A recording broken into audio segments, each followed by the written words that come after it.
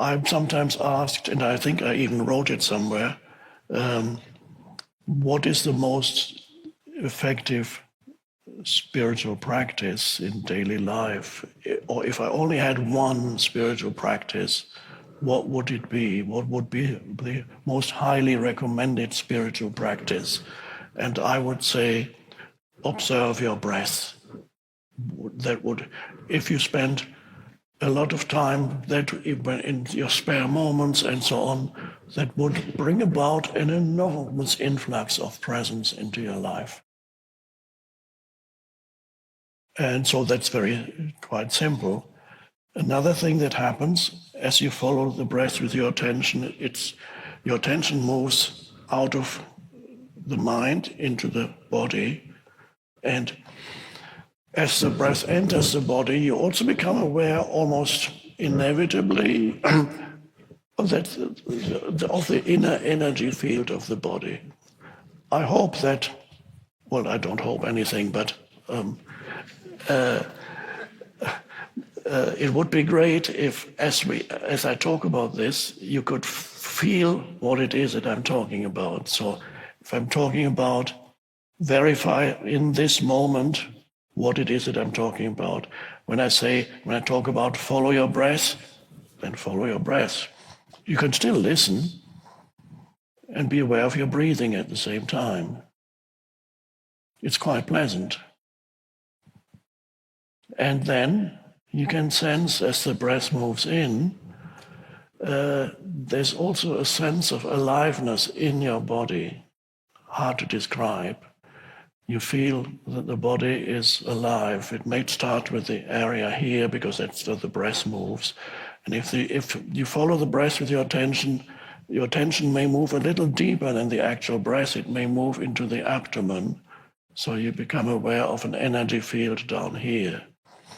And so the abdomen falls and rises. As you breathe in, it rises. And then it shrinks. And you feel, at first, a very subtle feeling of energy that pervades the inner, we call it the inner body awareness. And there's an energy field that then it's not just here, it pervades your arms and legs. It's everywhere. You can feel that the body is actually alive. You feel the life of the body from the inside.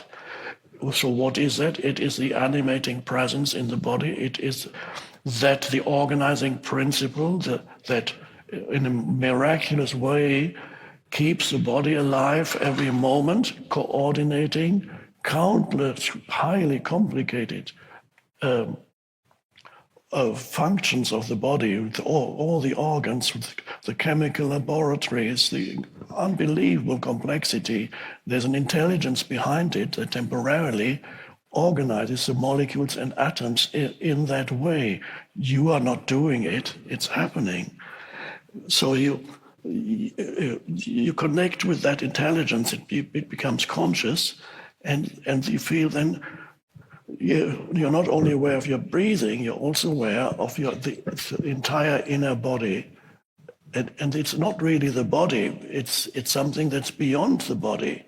It's a portal into something deeper. But let's call it inner body. It's invisible. And so breath awareness, if it can lead you into and become combined with inner body awareness, and that's a beautiful, very powerful meditation that can take you out of any turmoil situation. Even if several times you lose yourself in the mind again, you bring it back to the breath and body. And as you sit here and listen to me, you may be able to be aware not only of auditory perception, which is the words you're hearing, but at the same time you're aware of the inner body. So what is that? It is the presence that pervades the entire body. Presence isn't just a head phenomenon.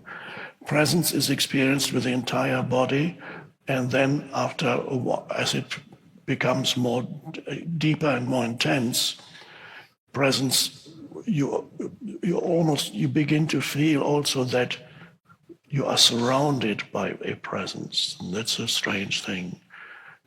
And that the space that is around you, we mentioned space briefly yesterday, the space that is around you is something very, very mysterious, very mysterious.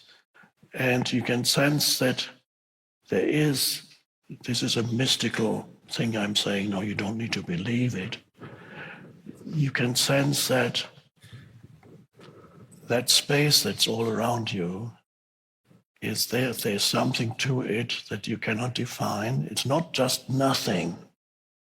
Well, it is nothing in the sense that it is no thing. It is not a thing. It is not an object. But it's not just nothing. There is a presence all around you. And so don't want to talk about it too much. It becomes too mystical for many people.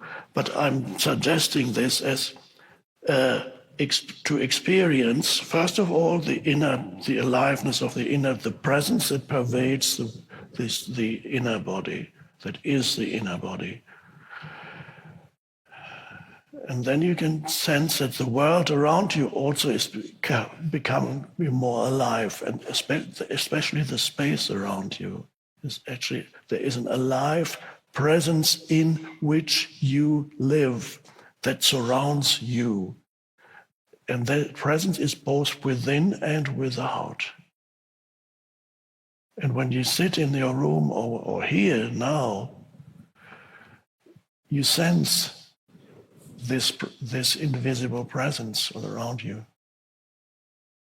What was it? Ralph Waldo Emerson, the American, I would say, spiritual teacher, 19th century, he said, "We live in the lap of immense intelligence." Great teacher, by the way. If you want to, I highly recommend Emerson. We live in the lap of immense intelligence. We are surrounded by this vast intelligence, and if you know that, there's a difference between just not knowing it and living completely unconsciously as a little, or misperceiving yourself as an entity, a separate entity. Here's me and there's the rest of the universe.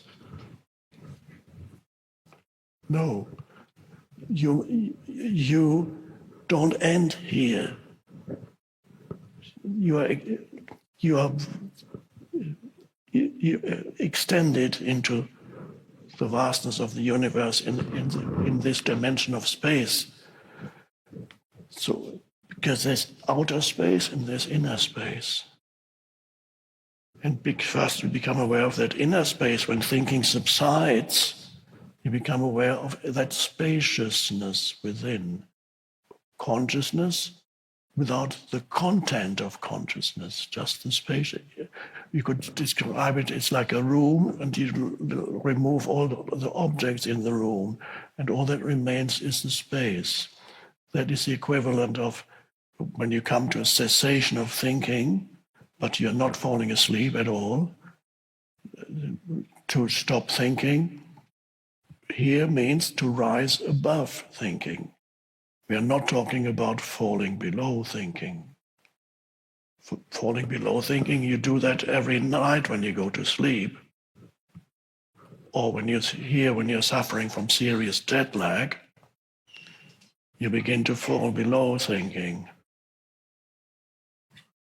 Or when you drink alcohol, the tendency is for you to take you below thinking, or most other substances. I haven't tried all that. I've tried very few substances. You cannot pronounce judgment on all substances.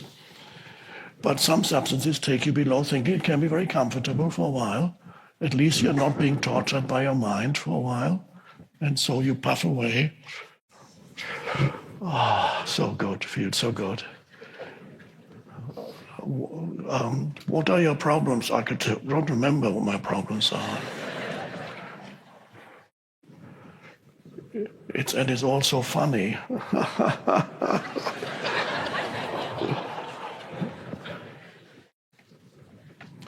Sometimes falling below could be mistaken for a state of enlightenment.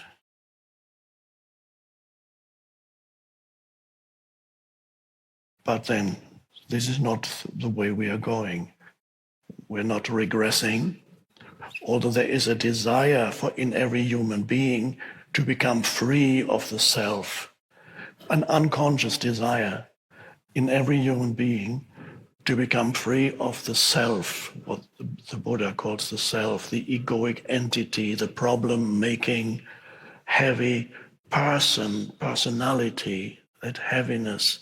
I want to be free of that. There's so much suffering that goes with it. Want to be free. And so the drug taking these days is enormous in youngsters, a terrible epidemic of drug taking. And because the truth is not being taught, vital knowledge is, we live in a society, in a civilization, the entire global civilization almost, totally ignorant of what really matters. We have knowledge, a lot of knowledge, but absolutely no knowing, totally ignorant of what matters, and has lost touch with the source.